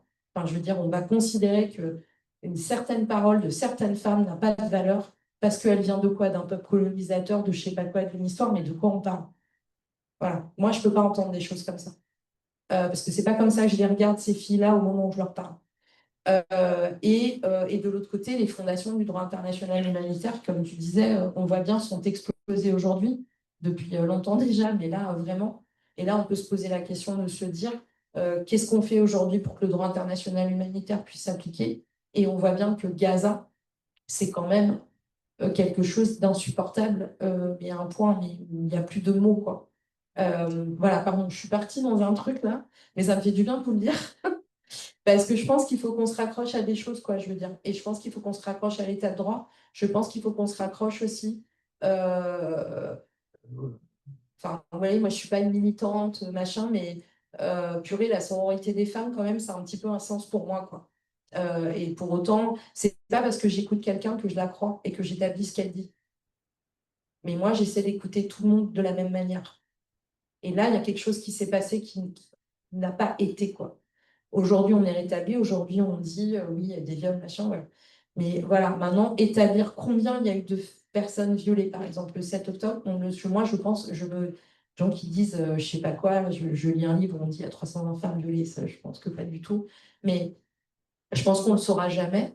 Par contre, il y a des femmes qui ont subi des choses, c'est sûr et certain. Il y a plein d'éléments qui amènent à ça. Il y a des corps, il y a des femmes qui ont été retrouvées dans des positions qui étaient très claires. Voilà, donc c'est ça qu'il faut dire. Et puis c'est tout en fait. Enfin, j'ai envie de dire c'est tout. Enfin, c'est pas c'est tout, mais il faut arriver à le dire en fait. Et ne plus rentrer dans des discussions qui, je pense, sont trop. Voilà, créer un débat qui n'est pas utile pour moi. Enfin, je pense qu'il devrait être ailleurs le débat. J'ai terminé cette fois. Merci bien. Merci Céline. Ça nous permet de faire un petit lien sur les considérations juridiques, justement, parce qu'on a parlé là de ce conflit et aussi de ces atrocités, mais on voit aujourd'hui au niveau des conséquences. Là, je suis d'accord avec toi. On ne peut pas parler le 7 octobre, par exemple, avec ce massacre, parler de vengeance ou je ne sais pas quoi. Mais on voit aussi de l'autre côté, c'est le 7 octobre qui a justifié l'offensive israélienne aujourd'hui, où on arrive, où le monde se pose, ou bien non, même le monde juridique est fracturé des fois, et puis on n'ose pas trop parler de génocide. Et pourtant, il faut remettre le droit au milieu, et il n'y a pas une vie plus qu'une autre. Comment peut-on qualifier, ou bien qu'est-ce qu'on peut qualifier la situation de Gaza aujourd'hui par rapport à l'offensive israélienne? On est d'accord, j'entends aussi réticence, pardon, par rapport aux chiffres, mais il est certain aujourd'hui, il y a 80%, à peu près 80% de victimes civiles, et plus de la moitié concerne des femmes et des enfants. Et on parlait au début de génocide et comment ça se passe. Donc, là aussi, il y a une autre question qui m'est venue avec ton développement tout à l'heure, sur la question de viol et la pudeur peut-être qui peut en découler, mais aussi de cette notion de viol qu'on connaît ou bien communément définie ou connue. Mais ça peut-être le viol, alors peut-être c'est pas le viol qu'on peut en parler, mais au niveau des conflits, on peut trouver d'autres mécanismes d'entrave je pense à la santé sexuelle et reproductive, et peut-être même qui peuvent entrer dans les crimes de génocide, ou par exemple, lorsqu'on frappe une maternité, comment on peut qualifier, ou bien l'interdiction à l'accès à certains supports ou médicaments par rapport à la contraception ou au suivi médical et tout. Moi, je trouve là de nouveaux mécanismes, peut-être que le droit n'a pas défini, mais qui peut donner les mêmes effets. Alors, ça, c'est intéressant parce qu'en fait, alors d'abord, la première chose, c'est que la situation à Gaza, elle est très, enfin, comme vous le savez, on ne peut pas accéder à Gaza. Nous, enfin, là, je parle par exemple, nous, on reçoit des choses, mais c'est très compliqué de corroborer, on ne peut pas y avoir accès. Voilà, donc tout ça, c'est compliqué. Nous, à ce jour, et d'ailleurs, le bureau de la représentante spéciale aussi, Pramila Patten, l'a dit, c'est-à-dire par exemple le viol utilisé comme stratégie de guerre, c'est-à-dire concrètement parlant des soldats de l'armée israélienne qui arriveraient à Gaza et qui feraient des viols collectifs, il n'y a pas de cas comme ça. Et à ma connaissance, il n'y en a pas. Après, je ne dis pas qu'il n'y en a pas totalement. À ma connaissance, il n'y en a pas et tout ce qu'on nous a remonté s'est avéré pas du tout établi. Par contre, il y a, je vous disais, la question des prisons jeunesse de côté et il y a ce qu'a sorti la commission d'enquête qui est très intéressant, qui a sorti un rapport spécifique sur la question des violences sexuelles à Gaza, en fait, et qui a fait l'objet aujourd'hui d'un grand débat au sein des Nations Unies, notamment avec le bureau de Pramila Patten, parce qu'il qualifie en fait d'abord d'actes qui pourraient être qui pourraient être qualificatifs d'intention génocidaire, pardon. Et notamment, ils mettent là-dedans le fait aussi que de manière systématique, on va s'en prendre aux infrastructures civiles, les hôpitaux et tout, les maternités. Et donc, ça va empêcher les femmes d'avoir accès aux droits sexuels et reproductifs, de pouvoir accoucher, voilà. Et et la deuxième question qui a été évoquée dans ce rapport, que je dis pas encore, nous, on a publié un article qui commente ce rapport. C'est la question du voile, en fait, et du fait de dire, parce que, par exemple, il y a, bien sûr, pour des raisons de sécurité, c'est tout à fait entendable qu'à un moment, tu déshabilles les gens pour voir s'ils ont une ceinture ou je sais quoi. Le problème, c'est qu'est-ce qu'ils font à l'armée israélienne? C'est qu'ils laissent les gens nus, ils les humilient pendant des heures, des heures et des heures. Et notamment, ils ont fait ça aussi avec les femmes, et notamment aussi en leur enlevant leur voile. Et encore une fois, tu pourrais envisager qu'ils le fassent pour vérifier je ne sais quoi, sauf qu'en fait, ils demandent aux femmes d'enlever leur voile, qu'ils les laissent sur le public, donc avec les autres hommes, avec tout ce que ça implique. Voilà, quand tout à l'heure, je vous parlais de la culture juive que j'ai découvert plus parce que je ne la connaissais pas, mais voilà, il y a tout aussi ce que ça implique dans la culture humaine de ce pays, tout, c'est-à-dire qu'elles, elles se sentent vraiment humiliées, mais au sens profond du terme. Et donc, le rapport de commission d'enquête rentre ça aussi dans une forme de violence sexuelle, ce qui est un gros débat. Je vous le dis, il y a un désaccord avec le bureau de la représentante spéciale qui, elle, considère que ça ne rentre pas dans une qualificative de violence sexuelle liée au conflit. C'est un gros débat, hein. Moi, je n'ai pas encore d'avis sur la question parce que comme j'ai 3 milliards de trucs à faire en même temps, j'aimerais bien me poser et réfléchir. Je n'ai pas encore eu le temps, mais c'est intéressant. Et la question de bombardement, évidemment qu'on est en violation du droit international humanitaire quand on vise des infrastructures civiles. Néanmoins, j'ai fait quand même la remarque aux gens de la commission d'enquête, parce que ce que j'ai trouvé intéressant, c'est qu'ils sortent tout ça et que c'est intéressant juridiquement de réfléchir et c'est un peu comme tu dis, c'est un peu de tirer en fait les choses un peu plus loin que ce qu'il y a dans les définitions de viol, grossesse forcée et tout. Parce que la violence sexuelle, elle revêt plein de formes en fait. Et c'est là où je pense qu'on a évolué. Et là, je rejoins tout à fait, je vois très bien ce que tu veux dire et je pense que c'est important de le faire. Après, par exemple, quand la maternité de Mariupol a été bombardée en Ukraine, la commission d'enquête n'a pas du tout qualifié ça de violence sexuelle, quoi. Donc j'aurais dit, ok, mais là, il va falloir être un peu cohérent dans ce que vous faites, parce que ça pose question quand même. Donc, par contre, c'est intéressant, je pense, de réfléchir à ça, c'est-à-dire à partir du moment où il y a une volonté, une intention, voilà, exactement, une intention répétée d'un État qui, en plus, encore une fois, on peut au moins lui reconnaître ça, pardon, je perds l'humour horrible, mais a les capacités d'aller t'éclater un truc à 10 000, enfin, je veux dire, ils sont quand même super bons. Moi, je vais le dire comme ça, mais je suis désolée, c'est vrai.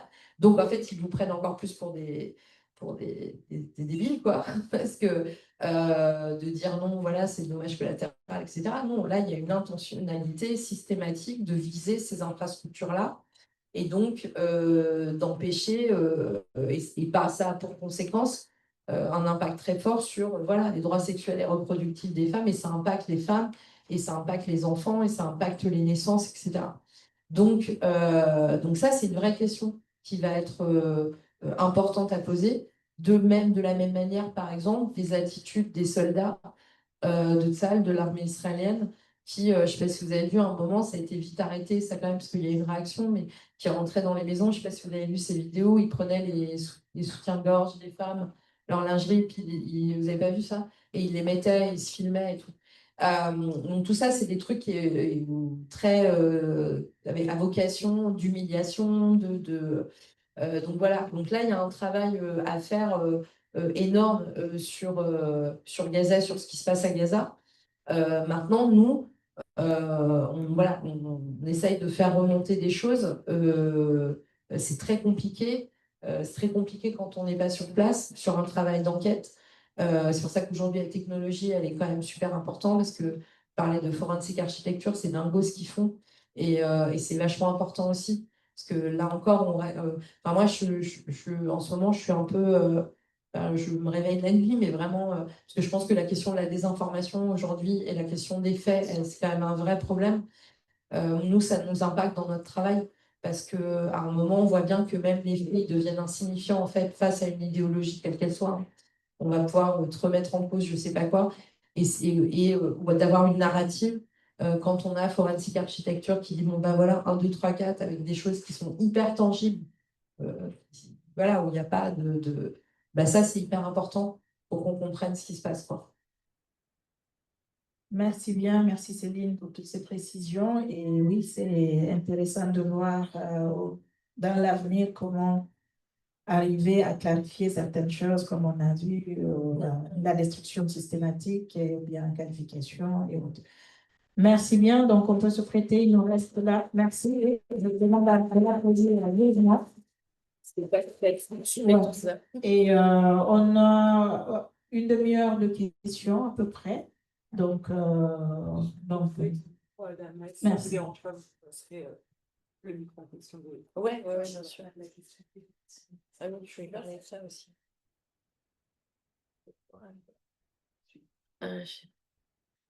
Allez-y, il y a des questions. Oui, c'est une question qui a à voir avec l'Ukraine. Je me demandais comment vous qualifiez le vol des enfants ukrainiens par les Russes. Ah bah là, en fait, non mais alors déjà parce que bon, en fait, j'ai pas totalement répondu à ta question, mais c'est pas du tout que je l'évite, hein, mais je crois que je me dis, j'ai répondu un peu au départ quand j'ai commencé. Moi déjà, hein, malheureusement, je suis juriste, puis vraiment, s'il y a une chose sur laquelle je crois que je me suis pas trompée, c'est celle-là. C'est que malheureusement, j'ai cette rigidité de la juriste. Et moi, les qualifications, je les laisse aux tribunaux, quoi. Et donc, je fais très attention à ça. Maintenant, ou aux commissions d'enquête et tout ça, c'est pour ça que ce qui a été dans la commission d'enquête pour Gaza, c'est quand même vachement important. Et que bon, on voit bien qu'il y a une intention d'extermination, en tout cas de déportation de la population. Et, voilà. Mais sur la déportation des enfants, là, en plus, quand on sait que c'est des enfants qui ensuite sont espèce de russifiés, quoi, c'est-à-dire intégrés dans toute la culture russe, etc. Là, par exemple, on a quand même des éléments qui montrent à quel point il y a une volonté d'éliminer en fait la culture ukrainienne. En fait, quand même, Poutine, il se positionne quand même en disant l'Ukraine n'existe pas, quoi. C'est quand même ça. Dire l'Ukraine n'existe pas, c'est pas un pays, ça n'a pas une culture. Voilà, donc c'est ça. Donc la déportation des enfants, de toute façon, il est poursuivi dans l'acte d'accusation qui a été émis contre Vladimir Poutine et Maria Belova. C'est là-dessus, c'est qualifié de crime contre l'humanité. Voilà. Et moi, je vous le répète encore, un crime contre l'humanité, c'est pas un petit truc, quoi. Après, je pense que si ça n'a pas été qualifié, en tout cas pour l'instant à ce stade, de génocide, c'est que d'abord ça a été émis assez tôt, le mandat d'arrêt contre Vladimir Poutine, il n'a pas été revu à ce jour. Mais c'est aussi parce que la, la- la volonté d'extermination, de disparition. Par exemple, les Ukrainiens, ils parlent de génocide culturel, hein, qui est aussi un concept qui est venu un peu du Canada. Je ne sais pas trop ce que ça. Enfin, je comprends ce que ça veut dire, mais voilà. Euh, voilà. Donc, mais la question de déportation des enfants, elle est énorme. D'ailleurs, je suis assez étonnée parce que je trouve qu'on n'en parle pas tant que ça, en fait. Et c'est lunaire. Enfin, le nombre d'enfants qui ont été déportés, c'est un truc complètement lunaire. Donc, et ça, c'est très singulier quand même de ce qui s'est passé. Et si certains ont pu revenir et tout, ça continue à être. Enfin, c'est énorme le nombre d'enfants. Zelensky, il en parle beaucoup, hein, il en parle très régulièrement. D'ailleurs, sa femme, c'est le seul truc sur lequel la femme de Volodymyr Zelensky, c'est la seule chose sur laquelle elle s'engage, quoi. Parce sinon, je trouve qu'elle reste beaucoup dans son rôle pas de rôle politique, elle ne devrait pas en avoir. Mais là-dessus, elle s'est engagée très fortement. Et moi, j'ai rarement vu ça ailleurs, en fait. Enfin, quel moment, quel pays, tu vois, un moment, on déporte je ne sais pas combien d'enfants. Donc voilà, après, je peux pas dire grand-chose de plus là-dessus, quoi. De toute façon, l'Ukraine, j'ai envie de dire, bon, quoi. Enfin, c'est dramatique ce qui se passe en Ukraine et pareil, ça fait 3 ans et on n'arrête rien. C'est comme Gaza, où on n'arrête rien. Et moi, on va pas me faire croire qu'on ne pouvait pas arrêter les choses. Je pense que c'est pas vrai. Je pense pas que Netanyahou et Poutine sont les plus forts du monde. J'y crois pas une seconde, quoi. Donc c'est ça pour moi la question. On n'a plus là. Ouais, c'est bien. Merci beaucoup pour cet exposé extrêmement balancé. Merci. Moi, j'ai une question. Quelqu'un a mentionné Boko Haram. Ouais. Est-ce qu'on sait aujourd'hui, il y a longtemps qu'on n'a plus de nouvelles sur les filles, les lycéennes de Boko Haram, donc c'était une de mes questions. Et l'autre question, Céline a parlé de 320 femmes. Je reviens là au 7 octobre. On a parlé de 320 femmes. Et ces 320 femmes, parmi les 1200 qui ont été tuées, c'est ça? Ouais, non, en fait, ouais, pardon. Non, il y a deux choses. Ce que j'ai dit, c'est que j'ai reçu un livre qui a été fait. D'ailleurs, je crois que je l'ai là parce que je suis en train de le lire. Il y a un livre qui vient de sortir qui a été fait sur les viols du 7 octobre par une journaliste dont je viens tout de suite d'oublier le nom, mais il est avec moi, je pourrais vous montrer. Mais que j'ai envie de rencontrer, je pourrais parler avec elle et tout. Et par exemple, elle commence par dire qu'il y a 320 femmes, c'est ça que je vais dire, qui ont été violées le 7 octobre. Or, je pense que ça n'est pas du tout correct de dire ça. Parce qu'en fait, il y a 320 femmes sur les 1251 personnes qui ont été tuées le 7 octobre. Et il y en a eu, je ne sais plus ce que c'est le chiffre, mais 90, je crois, qui ont été prises en otage, qui ont toutes été libérées ou sont mortes malheureusement à ce jour. Il n'y a plus de femmes otages aujourd'hui. Euh, et c'est elle qui dit ça, mais moi je lui dis non, en fait, enfin, je ne vois pas sur quoi elle se base pour dire ça. C'est pour ça que j'ai référé à ça, mais c'est pas moi qui ai dit à 320 femmes qui ont été violées le 7 octobre. Non. Je pense que c'est. Voilà.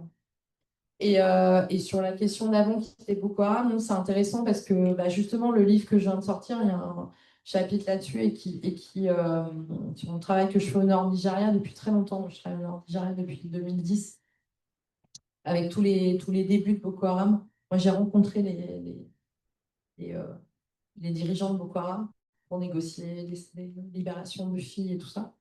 Notamment Chaïko qui était complètement taré. Enfin, vraiment, lui, il était vraiment taré, quoi. Chibok, les filles, il y en a beaucoup qui ont été libérées après. Parce que là, on parle, il y a eu les filles de Chibok en 2014. Il y a 276 lycéennes qui ont été capturées. Parce qu'il faut savoir que Boko Haram, en fait, ça signifie non à l'éducation de l'Ouest, enfin non à l'éducation. Donc l'idée, c'est pour ça aussi qu'ils visent beaucoup des collèges. Parce que l'idée, c'est de dire les filles ne doivent pas aller à l'école, en gros. Et après, derrière en plus cette espèce d'idéologie, j'ai envie de dire à 2 francs 50, que eux-mêmes, je suis même pas sûre qu'ils soient persuadés qu'ils y croient.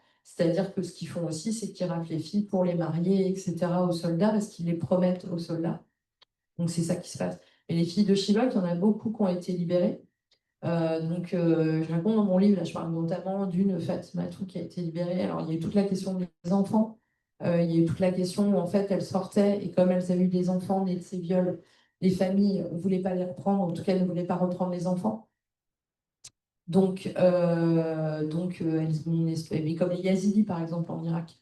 Les femmes Yazidis qui sont. Et aujourd'hui, on ne parle plus non plus. J'étais en Irak au mois de mai avec l'ambassadrice droits de l'homme, avec Isabelle Rome. On ne parle plus du tout de l'Irak. Enfin, les Yazidis, il y a plus de 8000 femmes Yazidis esclaves sexuelles. Il y a encore aujourd'hui à peu près 1600 femmes Yazidis. On ne sait pas où elles sont. C'est-à-dire qu'elles sont toujours esclaves en 2025. Donc, je veux dire, on dit oui, on a tué Daesh, dadada. Bon, déjà, je ne crois pas qu'on a tué Daesh, mais bon, au moins le califat est tombé. Mais je veux dire, il y a quand même encore à peu près 1500 filles qui n'ont toujours pas été libérées, qui sont toujours pas, on ne sait pas où elles sont. Et Boko Haram, il y a eu Chibok, il y a eu un truc mondial. Pourquoi? Moi, je m'en souviens super bien, parce que c'est Michelle Obama qui est venu et qui s'est pris en photo en disant, je ne sais plus ce que c'était le slogan, Free, je sais plus ce que c'était, mais je dis, ouais, il y avait un truc. Et voilà, et parce que ça a été Michelle Obama, autant te dire, boum, raboum.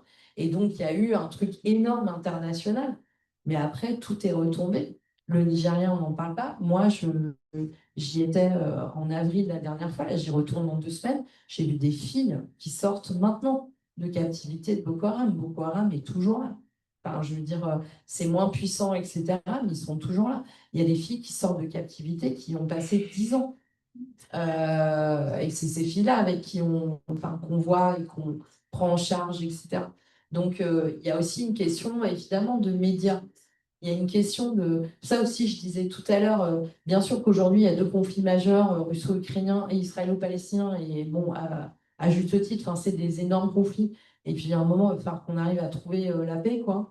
Mais je veux dire, pendant ce temps-là, il y a plein d'énormes conflits, de violences. Le Soudan, le Nigeria, voilà, il y a un regain de violence, mais le Soudan, là, c'est lunaire. Il y a tout le Sahel dont on ne parle absolument pas. Moi, je travaille beaucoup, beaucoup au Sahel. Enfin, là, c'est plus difficile pour y aller en tant que Française en plus. Mais voilà, il y a le Sahel, il y a le lac Tchad, je veux dire, il y a moult, quoi.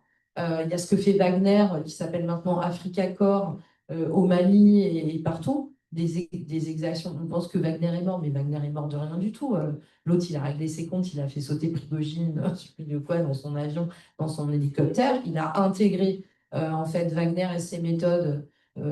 Quand je dis l'autre, Poutine, pardon, il a intégré ça dans son truc, ça s'appelle Africa Corps et tout. C'est dingue ce qu'ils font en Centrafrique, au Mali et tout. C'est un truc de fou, mais incroyable, quoi. L'utilisation du viol par les milices de Wagner. D'ailleurs, c'est pour ça que c'est elles qui ont été envoyées au début du conflit en Ukraine. Si, parce que il y a eu 2 milices qui ont été envoyées au début du conflit, c'est Wagner et les milices tchétchènes. Et pourquoi? Parce que c'est 2 types de milices qui ont un mode opératoire d'utilisation du viol. Et Wagner, on les reconnaissait aussi parce qu'ils ont la marque avec le, je sais pas comment on dit, là, le hammer, là, le marteau, là, ouais, c'est même plus, c'est une masse, non? Ouais, tu vois. Et bon, là, pardon, mais des filles qui ont eu les filles qui étaient violées et qui, à la fin, qui prenaient un coup de masse sur la mâchoire. Ça, c'était la marque de Wagner. Et il y en avait plein des filles comme ça en Ukraine. Et c'est horrible. Moi, je vous dis extrême violence, voilà. De quoi on parle. Mais voilà, quoi. Donc, oui, il y a aussi des morceaux choisis de ce sur quoi on met la lumière ou pas, quoi. Merci. Je pense qu'il y a des questions. Alors, il y avait une question sur Zoom, mais sur les Yézidis. Donc, je pense que la question a été lue, mais il y avait une C'était quoi la question? Non, non, la question, c'est que je voulais savoir, c'est François, salut Céline, c'est pour savoir, est-ce que La question était où en est le dossier des Yézidis, c'est un génocide et les violences sexuelles en Iran. mais est-ce que ça a été considéré comme un génocide Voilà, génocide. Non, mais en fait, la question des Yézidis, elle est intéressante. Pourquoi? Parce que, en fait, c'est aussi intrinsèquement lié au conflit syrien et la question du califat de Daesh et tout, c'est qu'est-ce qui s'est passé à chaque fois qu'il y a eu des résolutions du Conseil de sécurité, et notamment pour saisir la Cour pénale internationale là-dessus, il y a eu des vétos. Et il y a eu des vétos, notamment de la Russie et de la Chine. Et pourquoi il y a eu des vétos? Parce que juste avant, il y a eu la Libye. où là, il y a eu une saisine du Conseil de sécurité de la Cour pénale. Pourquoi je dis saisine? Parce que tous les pays dont je vous parle, que ce soit l'Irak, la Syrie ou la Libye, n'ont pas ratifié la Cour pénale. Donc l'autre moyen de faire fonctionner la Cour pénale, c'est que le Conseil de sécurité des Nations unies décide de saisir la Cour pénale d'une situation. C'est ce qu'ils ont fait aussi avec l'Ukraine, par exemple, avant, en 2014.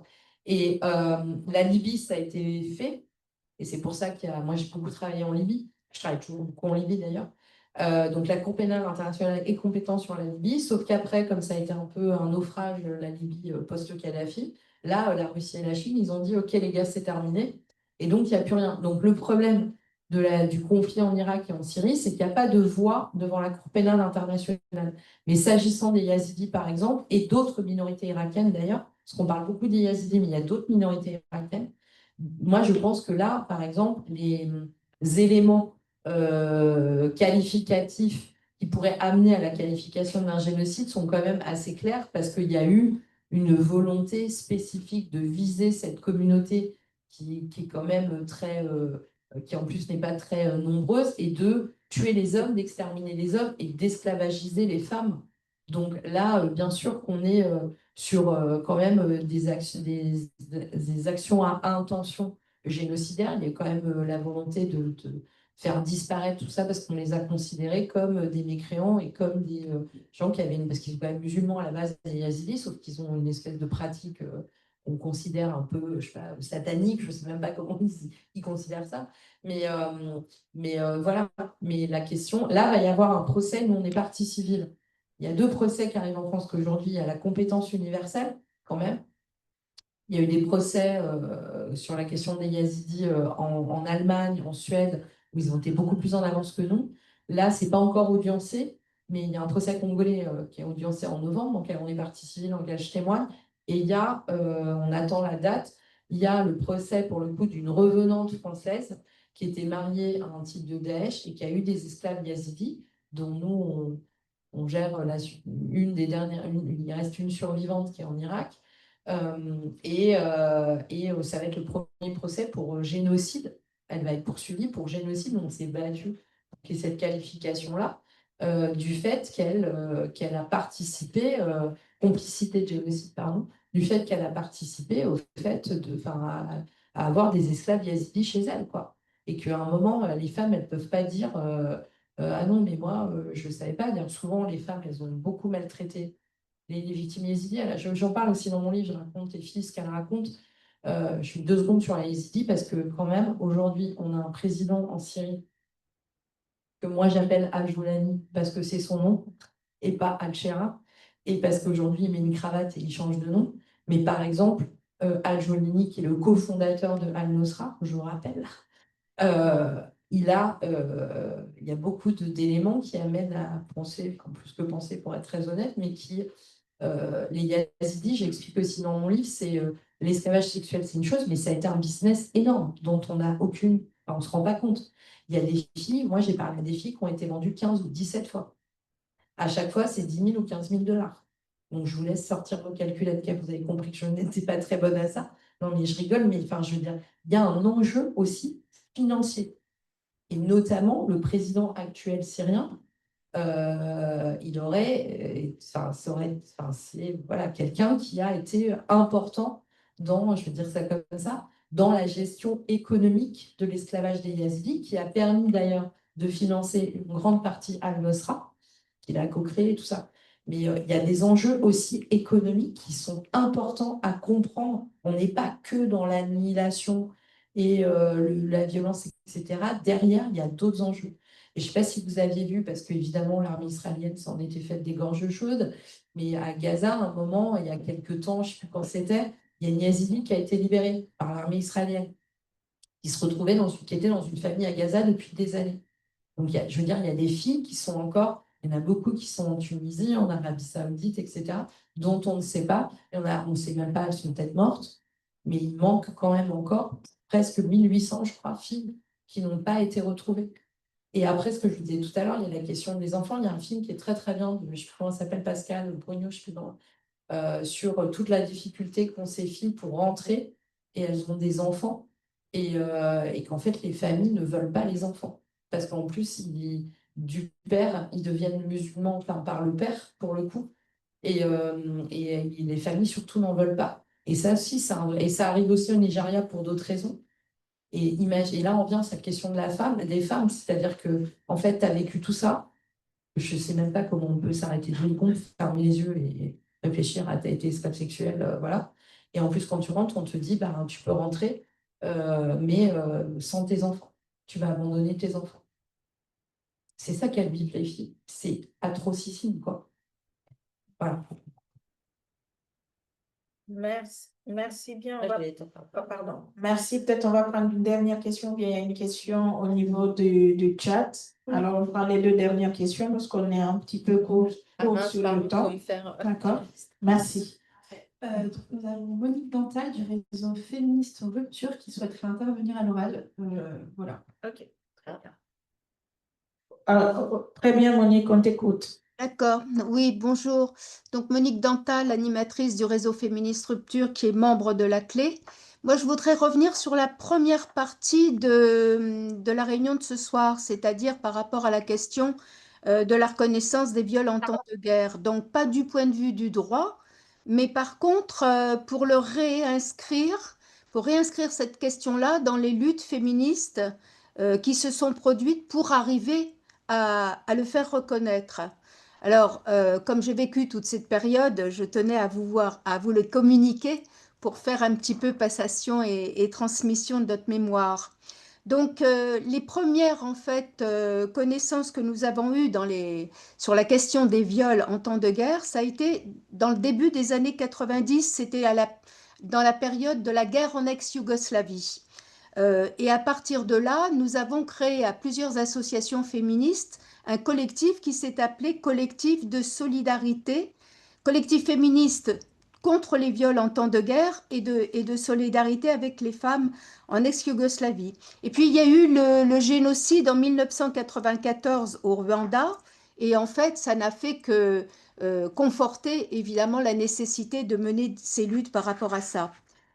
En 2000, il y a eu une délégation de plusieurs associations féministes à Genève qui ont rencontré Mary Robinson, qui était à l'époque haute commissaire aux droits de l'homme et qui en fait a tout à fait compris notre démarche. Et quand on lui a demandé qu'elle fasse en sorte que ça puisse être reconnu comme les viols comme armes de guerre, elle a été tout à fait persuadée, elle a tout à fait œuvré après par la suite pour le faire reconnaître.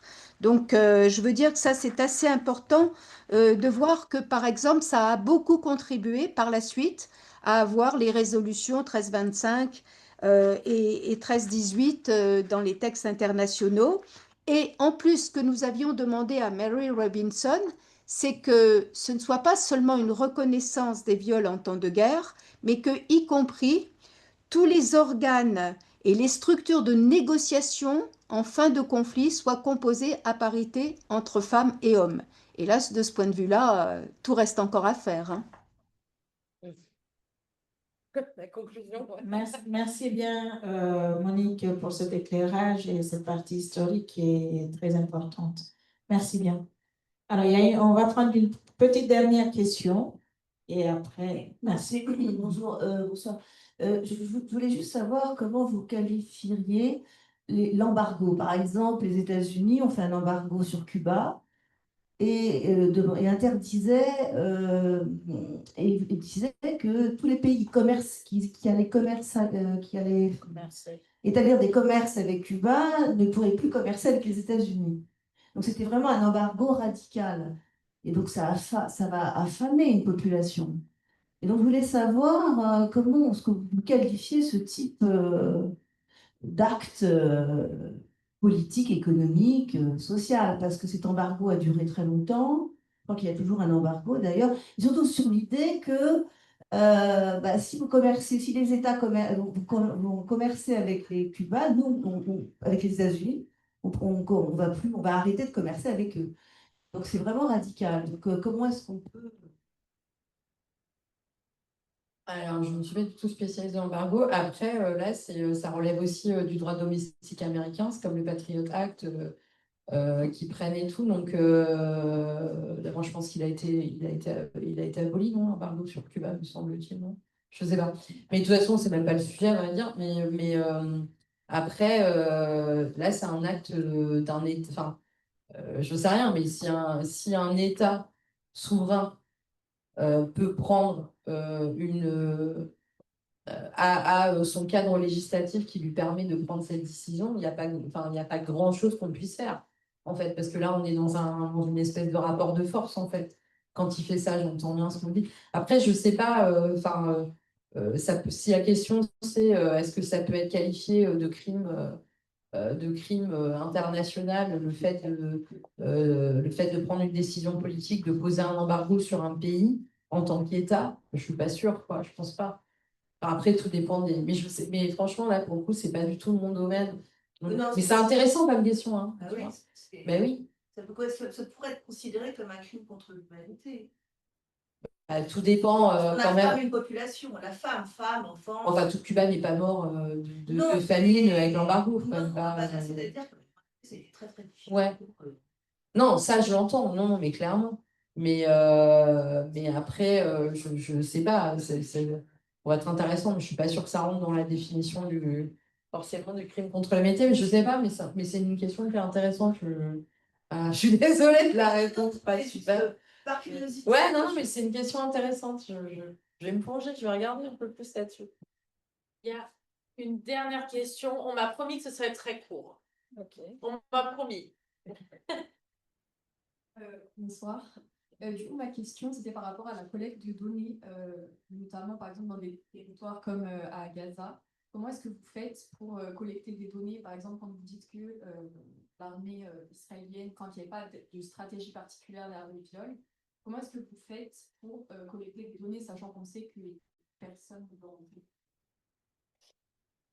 Alors, déjà, j'ai pas. Enfin, en fait, on ne collecte pas de données à Gaza, au sens, par exemple, où Enfin, en fait, il y a des choses que je ne peux pas trop dire là, mais pour des raisons simplement de protection. Mais après, on ne collecte pas spécifiquement des données à Gaza parce que la problématique qu'on a, c'est celle de la corroboration de ce qui se passe. Pour autant, quand je dis ça, ça n'enlève rien. Enfin, je veux dire, on sait tous ce qui se passe à Gaza, quoi.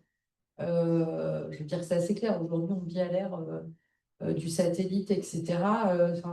Tu vois, ce qui se passe à Gaza, c'est ça, je pense que là-dessus, je ne sais pas qui, peut-être Netanyahou, vous te raconter autre chose, mais non, mais je veux dire, la situation de ce qui se passe à Gaza, je pense qu'elle n'est pas discutable en termes de niveau de destruction, en termes de massacre de civils, de ciblage de civils, la question des journalistes, qui est quand même aussi, pardon du mot, mais extraordinaire, mais j'ai même pas d'autres mots en fait.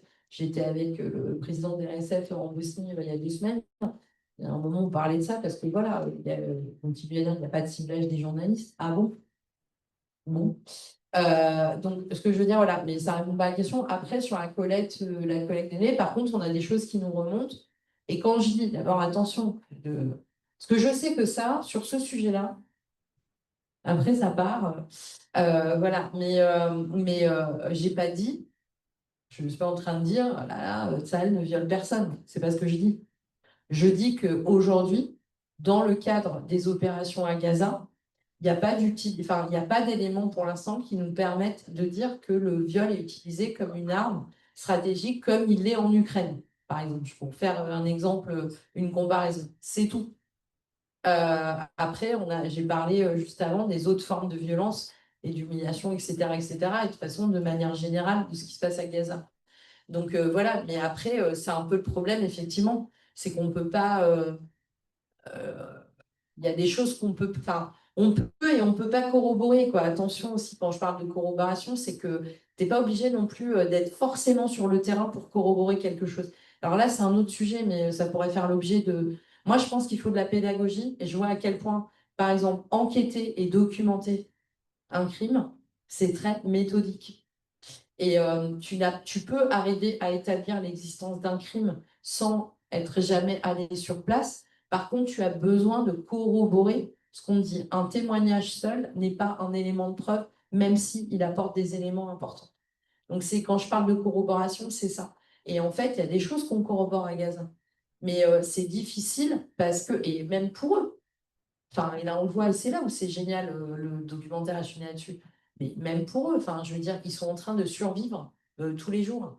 Donc, je veux dire, ils ont autre chose à faire. Enfin, c'est pas qu'ils ont autre chose à faire, ce qu'ils veulent, mais ils sont là, le téléphone, ils envoient des éléments, ils parlent, ils veulent dire ce qui se passe. Mais je veux dire, ils sont aussi dans une situation où ils peuvent pas le faire. Enfin, en fait, ils ont d'autres priorités. Donc, c'est ça qui est compliqué. C'est en ce sens-là où je dis que c'est compliqué à Gaza. Merci bien, merci Céline pour cette intervention. Merci à toutes et à tous. On voit que le sujet reste passionnant et merci une fois de plus. Pardon, j'ai trop parlé. Non, très bien, c'était parfait. Donc, on vous donne des rendez-vous la prochaine fois parce que vous savez, il y a chaque mois un mardi de la clé. Donc, avec les prochains, vous verrez. Non, c'est pas le. Donc, les prochains mois, chaque mois avec un sujet spécifique. Merci pour votre attention et une fois encore, bonne soirée. Merci beaucoup.